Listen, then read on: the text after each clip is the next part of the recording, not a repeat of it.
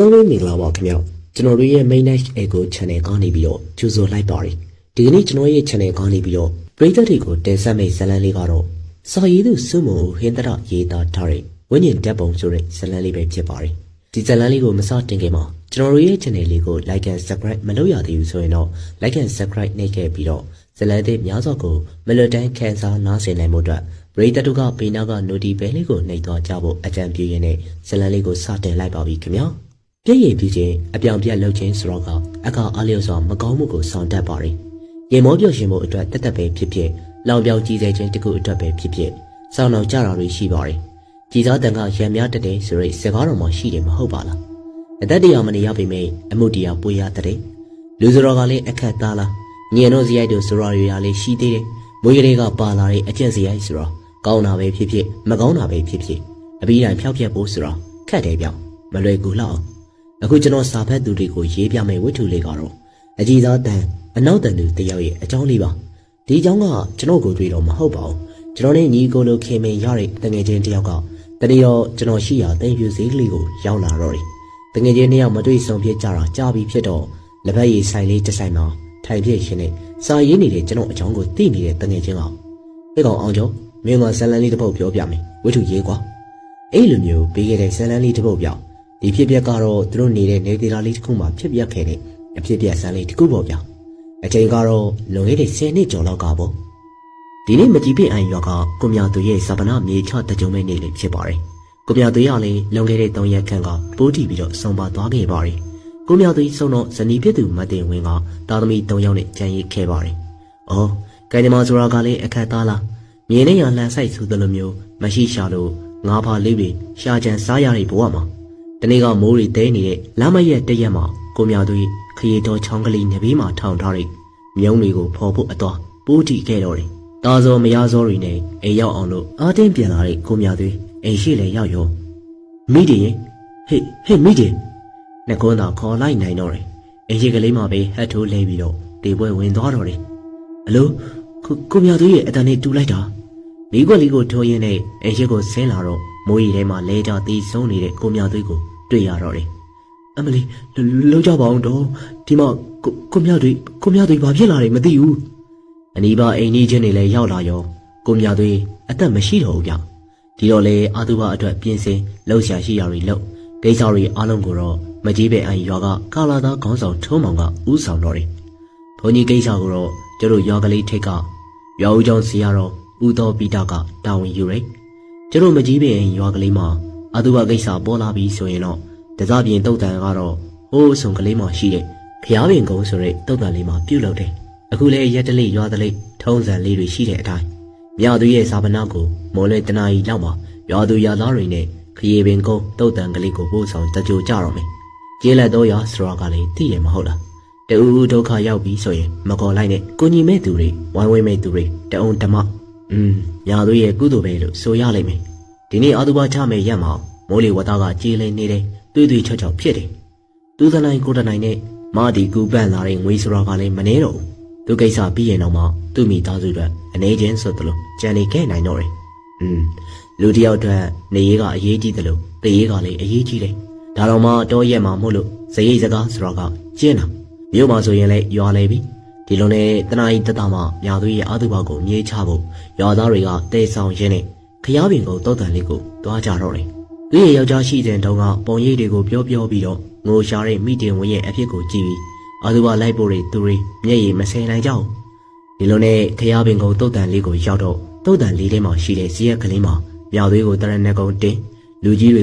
ကတရားနာနေကြတော့အာသူဘလိုက်ဖို့တွေလူတွေထဲမှာမကြီးပြင်အန်ရွာကအစားနောက်တန်နဲ့လှခင်တဲ့ပေတွန်းထုံးကြောင်အောင်မောင်ညက်စီဆိုတဲ့ကာလာသားတတိုက်ကလည်းပါလာခဲ့တော့တယ်တုတ်တန်လေးတဲ့ဟိုနာဒီနာသွားပြီးတော့လာခင်ကလည်းမိန်းကလေးတဦးရဲ့ဓာတ်ပုံလေးတစ်ပုံကိုကောက်ရတော့တယ်။အဲ့ဒီဓာတ်ပုံလေးဟာမကြာမီရက်ပိုင်းလောက်ကမှတေဆုံးတို့လာပြီးတော့တကြိုထားတဲ့တေဆုံးတို့တူရဲ့ဓာတ်ပုံလေးမိန်းကလေးရဲ့ဓာတ်ပုံလေးကလည်းအရန်ချောတယ်။ဟာအဲ့ကောင်လေးဒီမှာကြည့်လားချောလိုက်တဲ့မိန်းကလေးကွာနှမျောစရာကြီးလာခင်ကလည်းဓာတ်ပုံလေးကိုကြည့်ပြီးတော့ပြောတော့အောင်မောင်းကလည်းလာခင်ပေးဒါငါရီးစားကွာငါမှရီးစားမရှိရနဲ့အတော်ပဲကွာ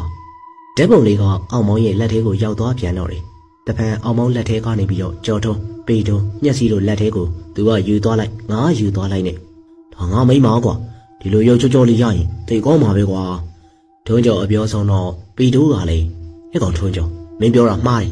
အဲ့ဒါငါကြီးစားကွာငါဖေကပေးစားဖို့သဘောတူထားတာအဲ့ကောင်မပဲညက်စီကလည်း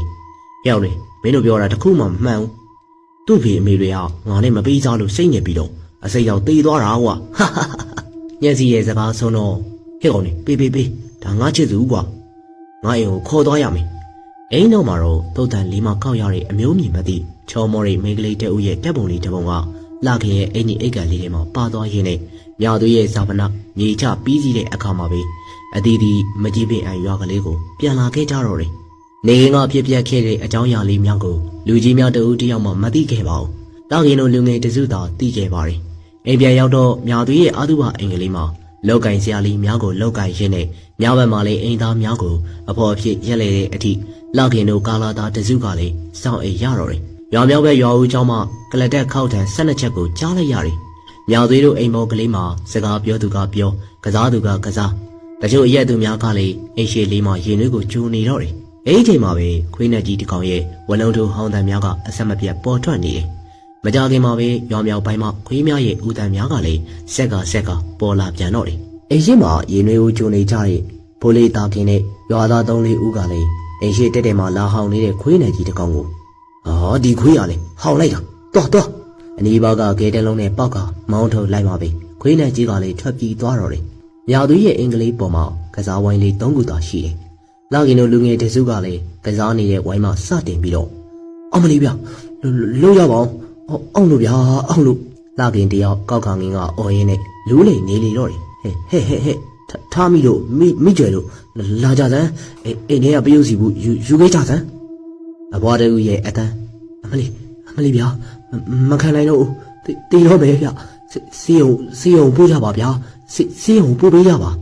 လောက်ရဲ့ညင်းညူအော်ဟစ်တန်ကလေးအစမပြန်ပေါ်ထွက်လာတယ်မကြောင်ခင်မှာပဲထွန်းကျော်ပေတိုးညက်စီအောင်မောင်းတို့ကလည်းတယောက်ပြီးတယောက်လူးလိန်ကအော်ပါတော့တယ်ဟဲ့ဘာတွေဖြစ်နေကြလဲအမလေးအောင်းလိုက်တာဗျာအောင်းလိုက်တာတေးရတော့မယ်ဗျ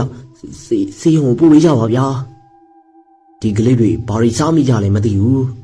အော်သူကအောင်းသူကအောင်းတချို့ကဝမ်းနေသွားကြတယ်ကဲဒီတိုင်းကြည့်နေလို့မပြီးဘူးတိန်းဆောင်မင်းရဲ့လက်ကိုသွားပြီးတော့ပြင်းချင်းစေးရုံကိုသွားရမယ်ဖိုးလေးတော်ခင်ရဲ့စကားဆုံးတော့တိန်းဆောင်ကလည်းလက်ကိုအမြန်သွားတက်ပြီးတော့မြို့နယ်စေးရုံကလေးရှိတဲ့တမိုင်တတခရီးကိုရွာသူကြီးများနဲ့သွားရောက်ချတော့တယ်စေးရုံရောက်ပြီးတော့ဆရာဝန်မယောဂများရှာဖွေကြတဲ့အခါမှာပဲထူးထူးခြားခြားဆိုပြီးတော့မတွေ့ရအောင်ဟဲ့မဲခင်ဒီကလေးတွေအဖြစ်ကရိုးမှရိုးရည်လားမသိအရေးလေးများညွန့်ရဲ့ကောက်ချက်ချတဲ့စကားနောက်ဆုံးတော့လေစေးရုံမှာတရက်ခန့်နေခဲ့ကြပြီးတော့ဆင်းလာခဲ့ကြတော့တယ်အဲဒီလိုဖြစ်ပြတဲ့သတင်းကလည်းမကြီးပင်အံရွာကလေးတဲကိုနောက်တစ်နေ့အတွင်းတမန်ဟုံချင်းပြန့်နှံ့သွားတော့တယ်ဟဲ့ညမြသွေးလူရဲ့အိမ်မှာလာခင်တို့လူစုအောင်သူကအောင်အန်သူကအန်တချို့ကလည်းဝမ်းနေလျှော်လို့ညာရင်းချင်းနှုတ်နေစေးရုံလေးကိုပို့ရတယ်တဲ့ည7 နာရီကြော်လောက်မှာရွာမြောက်ပိုင်းကခရပင်ကိုတုတ်တန်လေးဘက်မှာခွေးနဲ့ကြီးတစ်ကောင်ရောက်လာပြီးတော့မြာသွေးတို့ရဲ့အင်္ဂလိပ်ရှေ့ကနေပြီးတော့ဝလုံးတို့ဟောင်းနေနောက်မကြခင်မှာတော့အဲ့လိုဖြစ်တော့တာပဲတဲ့ဟိုနာတို့ဒီနာတို့ဟိုမှာလေးဒီအကြောင်းဒီမှာလေးဒီအကြောင်းများလေးမြာသွေးတို့ရဲ့အိမ်မှာမြာဖြစ်ပြခဲ့တဲ့အကြောင်းအရာလေးများကလည်းလူတိုင်းရဲ့ပါဇက်ပြားဆိုသလိုရှိနေတော့တယ်ကရကရှင်များပင်ဖြစ်ခဲ့ကြတဲ့လခင်ထွန်းကျော်ညက်စီပေတိုးအောင်မောင်းတို့ပင်တဦးကိုတဦးကြည့်ခါကြောချမ်းကျင်စရာဖြစ်လာကြတော့တယ်ကာယကံရှင်အသီးသီးရဲ့မိဘများနားကိုလေအဲ့ဒီတဲ့ကတမဟုတ်ချင်းပြန့်နှံ့သွားတော့တယ်ဟေ့တာမင်းတို့ဟိုတနေ့ကမြောက်ကြီးရဲ့ဇာဗနာကိုတုတ်တန်ပို့ရင်းနဲ့ဘာပြောင်ပြက်လုပ်ခဲ့ကြလဲဘာမှမလုပ်ပါဘူးမေထွန်းကျော်ရဲ့အမေကမေတော့စိုးရင်ထိနေတဲ့အမှုရများနဲ့ထွန်းကျော်တယောက်ဖြေတယ်အေးမလုပ်ခဲ့ဘူးဆိုရင်လေမင်းတို့တငယ်ချင်းတယောက်ဟိုတနေ့ကဖြစ်ပြက်ပုံကအတော့ကိုအံ့ဩစရာကောင်းတာပဲတယောက်တည်းဖြစ်လာတာမဟုတ်ဘူးအားလုံးအကုန်လုံးတပြိုင်နက်တည်းဖြစ်ကြတာပြီးတော့ဖြစ်တဲ့အချိန်ကလေးတစ်ချိန်တည်းပဲအိမ်လောက်မှာတော့အရာတစ်ခုကိုစဉ်းစားဟန်ပြုတ်လိုက်ပြီးမှမေ့တင်တော့မင်းတို့ဖြစ်ပုံဟာမယိုးတော့အမှားတစ်ခုခုတော့ရှိနေပြီထင်တယ်အိမ်နောက်မှာပဲခင်မုံဖြစ်သူကိုလာထွန်းဘက်ကိုလှည့်ကောကိုလာထွန်းဘာလဲကျင်မရဲ့ကျုပ်သားကိုတင်ကန်လီစီးပေးခြင်းတယ်အိမ်လောက်မှာတော့အချင်းယုံကအဲ့ဒီနေ့မှာပဲရွာဦးကျောင်းဆရာတော်ဦးတော်ပြီးတာချမ်းမောထွန်းကျော်အောင်မိဘများကလည်းတင်ကန်ဝေးပေးလိုက်တော့တယ်စံချတရားနာစာရိတ်ကိစ္စများကို မောင်ကြီးပြိုးပြရှိမှပြီးဆုံးသွားတော်တယ်ထွန်းကျော်ရဲ့မိသားစုများကလည်းရောင်ကြောင်ကလေးမှပြန်သွားကြတယ်ထွန်းကျော်ကလည်းတင်ငန်းစီးပြီးတော့ရဟန်းပြုတ်လိုက်တော့လေမျက်နှာကတော့မရွှေမပြောက်တာယာတဲ့အသွင်မရှိဘူးတစားတိတ်ယုံလာတဲ့ညတစ်ခုရဲ့အမောင်မြောင်းကိုသာကြည်ရင်းနဲ့အရာတစ်ခုကိုစိုးရိမ်ထိတ်လန့်နေတယ်ည8 နာရီခန့်မှာပဲရောင်ကျောင်းမှာတန်ဃာတော်များအလုံးဖျားရှိကိုဝတ်ပြုကြပြီးတော့တရားချိုင်ကြကောင်ည9 နာရီခန့်မှာပဲအိတ်ဆက်ကြတော့တယ်ဆရာတော်ဦးတော်ပြီးသားနဲ့ဦးပချင်းကြီးတချို့ကျောင်းဆောင်ကြီးပေါ်မှာအိတ်ဆက်ကြတော့လေမင်းညကမှတင်ငန်းစီးထားတဲ့ကိုရင်ထွန်းကျော်နဲ့ကျောင်းမှာရှိတဲ့ကိုရင်ငယ်လေးတို့ကလည်းကပ္ပယကြီးတဦးနဲ့အတူတူတိမ်တကူထဲမှာအိတ်ဆက်ကြတယ်မောပန်းသွားတဲ့တန်းကြောင့်လက်ကောင်တမြန်လေးကဝမ်းလျှော်ပြီးတော့စေယုံကိုတရက်ခန့်တက်ခဲ့ရခြင်းများကြောင့်လေတမိတမောအိပ်ပျော်ပြီးတော့သွားပါတော့တယ်ရုတ်တရက်အိမ်မောကြနေရမှဖြက်ခနဲနိုးလာတဲ့အချိန်မှာပဲကျောင်းဆောင်ကြီးပေါ်မှာအုံမောင်းတန်12ချက်ကိုကြားလိုက်ရတယ်မျက်လုံးများကလေးပြန်ပြီးတော့အိမ်မပြောအဲ့ဒီအခိုက်မှာပဲကျောင်းကလေးရဲ့မြောက်ဘက်စီမှာခွေးကြီးတစ်ကောင်ရဲ့ဆွဲဆွဲငင်ငယ်ဦးလိုက်တဲ့အတန်များကိုကြားလိုက်ရတော့တယ်ဝေဦးတန်ကြီးကလည်းမိမိရဲ့အနာကိုနီးကပ်တက်နီးကပ်လာတယ်အဲ့လိုမျိုးလေးထင်းမြင်လာတယ်တခါမိမိရဲ့မျက်စိထဲမှာရေးပြီးတော့ကြိုက်တော့မယ်အလားအသွင်တန်တစုံတစ်ခုနဲ့ဝလုံထိုးဟောင်းနေတဲ့ခွေးနှက်ကြီးတစ်ကောင်ရဲ့ပုံရိပ်ကလည်းထင်းထင်းရှားရှားမြင်နေရပြန်တယ်မကြခင်မှာပဲမိမိရဲ့ပိုက်ထဲမှာတယိုးတကြီးအဖြစ်ကလေးများကပေါ်လာပြီးတော့ချက်ချင်းပိုက်မောက်ထိုးပြီးတော့အောင့်လေတော့တယ်အမလီလုံးကြပါအောင်ဗျာပိုက်အောင်လို့တည်တော့မယ်ကိုရင်ထွန်းကျော်ရဲ့အော်တန်ကြောင့်ကပ္ပယကြီးနဲ့အတူတူတကြောင်ကိုရင်လေးများပြီးနိုးလာခဲ့တော့တယ်ကိုရင်ဘာဖြစ်လို့လဲကပ္ပယကြီးရဲ့အမေးဖြစ်ပါတယ်အမလီလုံးကြပါအောင်ဗျာပိုက်အောင်လို့စေးလေးပါလေးတိုက်ပါအောင်ကိုရင်တပါကျောင်းကြီးကိုသွားပြီးပါဆရာတော်ကိုနှုတ်ပြီးတော့ရှောက်ပေးပါဗျာမကြခင်မှာပဲကိုရင်လေးတစ်ပါးကကျောင်းကြီးစီကိုထွက်ခွာသွားတော့ခဏကြာတော့တင်ကြီးလေးတွေကိုပြန်လာတော့တယ်ဆရာတော်ကကိုရင်ထွန်းကျော်ကိုကျောင်းကြီးစီကိုခေါ်လာဖို့မှာလိုက်တယ်အိမ်နောက်မှာပဲကပ္ပယကြီးနဲ့အတူတူကိုရင်3-4ပါးခန့်ကကိုရင်ထွန်းကျော်အားထမ်းကကျောင်းပေါ်ကိုခေါ်ဆောင်လာခဲ့ကြတယ်ထွန်းကျော်ကိုတင်ငန်းဝေးပေးတဲ့ညမှာပဲရောင်ကျောင်းကလေးကမှထွန်းကျော်တယောက်ရခင်နေညခဲ့သူမျိုးဘိုက်တွေကမခံမရနိုင်အောင်လို့အောင့်ကဝမ်းများလျှောလာခဲ့တယ်တရင်များကလည်းနောက်တစ်နေ့မှာဒုတိယကြိမ်ဖြစ်ပေါ်ထွက်လာခဲ့ပြန်တော့တယ်အိမ်မှာပဲမိဘများကစိုးရင်တက်စိုးရင်လာကြကမေးမြန်းရတော့တယ်လှခင်အောင်မိဘများကဟဲ့ကောင်လှခင်မင်းတို့တကယ်ချင်းတစုများသွေးရဲ့အတုပချရင်းနေ့ကတင်းချိုင်းမှာဘာရီနောက်ပြောင်ခဲ့ကြတယ်မမှန်ပြောစမ်းကျွန်တော်အမှန်တိုင်းပဲပြောပါတော့မယ်အဖေကျွန်တော်တို့ကိုများသွေးရဲ့အတုပကိုဖျားပင်ကိုတုတ်တန်လေးကိုလိုက်ပို့တဲ့နေ့ကတုတ်တန်တဏှာကနေပြီးတော့ဒီမိန်းကလေးတဦးရဲ့တက်ပုံလေးတစ်ပုံကိုကောက်ယူခဲ့ပါတယ်ဒီမှာပါဖေ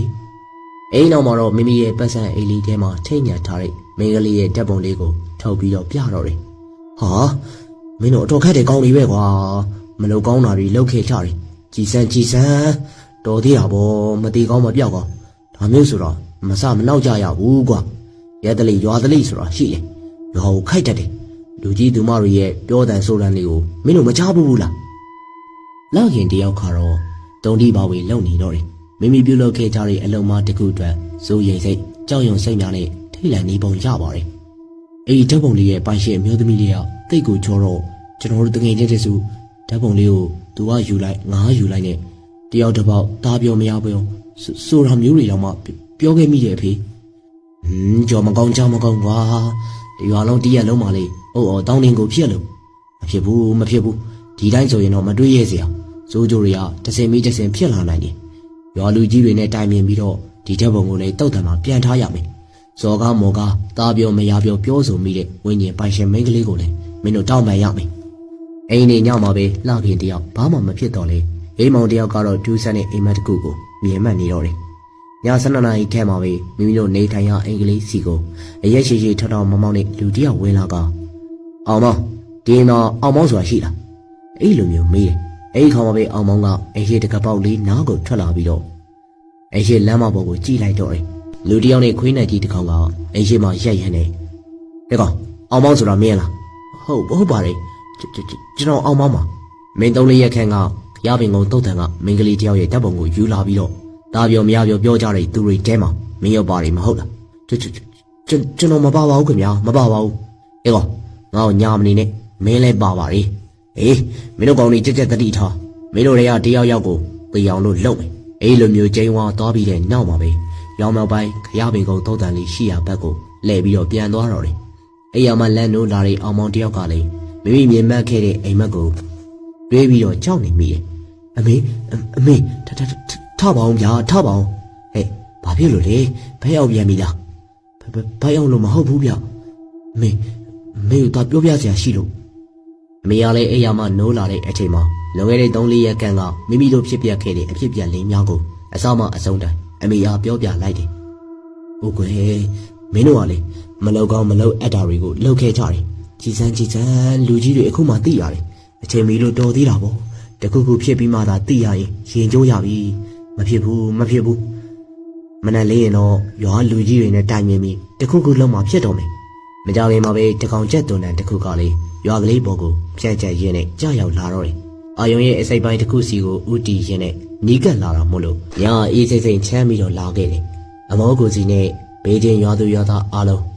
အိမ်မောကြရင်တိတ်ဆိတ်လေးရရှိနေကြတယ်ဒီနေ့မကြီးပင်အရွာကလေးထိတ်ကခရပင်ကိုတုတ်တန်ကလေးမှာတော့ရွာလူကြီး3-4ယောက်ခန့်နဲ့အတူကတော်ပွဲလေးတစ်ပွဲကိုထိုးပြီးတော့လှခင်တို့အုပ်စုသွားတောင်းပန်ကြတယ်ခရပင်ကိုတုတ်တန်လေးတဲ့ရောက်ပြီးတော့ဓာတ်ပုံလေးကောက်ယူခဲ့ရနေရာလေးမှာကတော်ပွဲလေးနဲ့ဓာတ်ပုံကိုကင်ထားရင်းနဲ့ဘိုးလေးတာခင်ကကဲဘရလောကမှာမတွေ့မမြင်နိုင်တဲ့ဒီဓာတ်ပုံပိုင်ရှင်မိန်းကလေးကိုကျတို့ရွာမိရွာဖလူကြီးများကလေးလေးဆက်သားနဲ့တောင်းပန်ပါတယ်အမိုင်မိန်းကလေးတွေကိုခွင့်လွှတ်ပေးပါမသိနားမလဲလို့နောက်ပြောင်ကြီးစေခဲ့မိတာတွေအားလုံးကိုလည်းအခုချိန်ကစလို့ကြေနက်နဲ့ခွင့်လွှတ်ပေးပါနောက်ကိုလည်းဒီလိုအဖြစ်မျိုးတွေမဖြစ်စေရပါဘူးကျင်တဲ့ခွင့်လွှတ်တဲ့ဆိုရင်ကျင်တဲ့ကြောင်းခွင့်လွှတ်ကြောင်းကိုတိတိတတ်တာပြပါရွာလူကြီးဦးသာခင်အဲ့လိုမျိုးပြောလိုက်တာနဲ့ချက်ချင်းဆိုသလိုလိန်များကလည်းတဟူဟူအော်မြည်ရဲနေတုတ်တန်လေးထဲမှာရှိတဲ့တစ်ပင်များတစ်ကိုင်းများပင်ညာရင်းတွေလှုပ်ရှားရင်းနေ10 မိနစ်2 မိနစ်ခန့်တိုက်ခတ်သွားကြတယ်လာခင်တို့လူစုနဲ့ရွာလူကြီးများအားလုံးမကြမလွတ်တဲ့ပရလောကမှာမိန်းကလေးအားအများ3 ချိန်ပေးဝေနေကြရင်းနဲ့မိမိတို့ရဲ့မကြီးပေအံရွာကလေးစီကိုပြန်လာခဲ့ကြတော့တယ်အိမ်ထဲမှာစပြီးတော့ည12 နာရီခန့်မှာပဲဝိနေကြီးတကောင်ကလည်းခရပင်ကိုတုတ်တန်လေးပတ်မှရောက်လာပြီးတော့မကြီးပင်အံရွာကလေးစီကိုထိုးဟောင်းနေတယ်ဆိုရိတ်တရင်စကားလေးများကလေးတစမိန်ဖြော့လာရင်းနဲ့တစုံတစမြပင်မကြားရတော့ဘဲနဲ့ရှိနေလေပါတော့တယ်ဟုတ်ကဲ့ပါခင်ဗျအခုတင်ဆက်ပေးခဲ့တဲ့ဇလန်ကစာရေးသူစွမုံဦးဟင်္ဒရရေးသားထားတဲ့ဝိညာဉ်တက်ပုံဆိုတဲ့ဇလန်လေးပဲဖြစ်ပါတယ်ဒီဇလန်လေးကိုအစကနေအဆုံးလိုက်ပါနားဆင်ပေးခဲ့ကြတဲ့ပရိသတ်တယောက်ချင်းဒီတိုင်းကိုကျွန်တော်ကနေပြီးတော့ကျေးဇူးတင်ပါတယ်ပရိသတ်များတာယာချမ်းမြေ့တဲ့နေ့ရက်များစွာပိုင်ဆိုင်နိုင်ကြပါစေလို့စွမုံကောင်းများတောင်းပေးလိုက်ပါတယ်ခင်ဗျာ